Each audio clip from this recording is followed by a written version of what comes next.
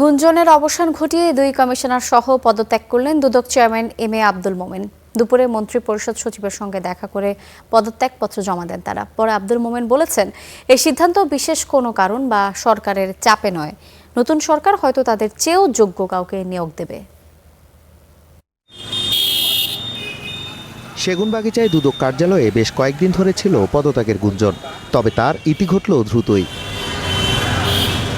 মঙ্গলবার দুপুরে সচিবালয়ে রওনা হন দুদক চেয়ারম্যান আব্দুল মোমেন ও কমিশনার মিয়া মোহাম্মদ আলী আকবর আজিজি।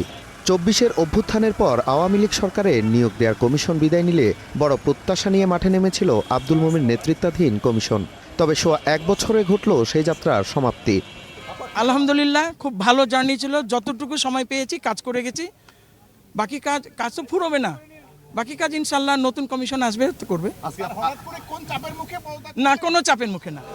তাই এলো ইনোভার, যেন আপনি লাইফে থাকেন রেডি প্রতিদিন। Innova, designed for now. পদত্যাগের পর সদ্য নিজ কার্যালয়ে গণমাধ্যমের মুখোমুখি হন সাবেক দুদক চেয়ারম্যান। জানান, আনুষ্ঠানিকভাবে পদত্যাগ করেছেন তিনি সহ দুই commissioner.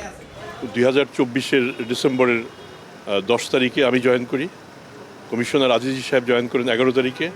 Commissioner brigadier Hasan join করেন 15 তারিখে।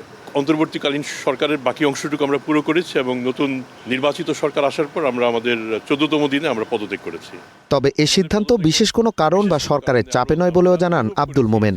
বলেন, নতুন সরকার এসেছে, তাই স্বাভাবিকভাবেই তাদের প্রত্যাশা অনুধাবন করেই এই পদত্যাগ। আমাদের পদত্যাগের বিশেষ কোনো কারণ নেই।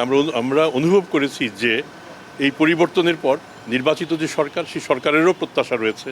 সরকার তার সেই প্রত্যাশা মিট আপ করার জন্য নিশ্চয়ই আমাদের চেয়ে অধিকতর যোগ্য কমিশন এখানে স্থাপন করবেন এবং তাতে দুর্নীতি দমন কমিশন যেমন ভালো হবে, রাষ্ট্রেরও আমি বিশ্বাস করি উপকার হবে।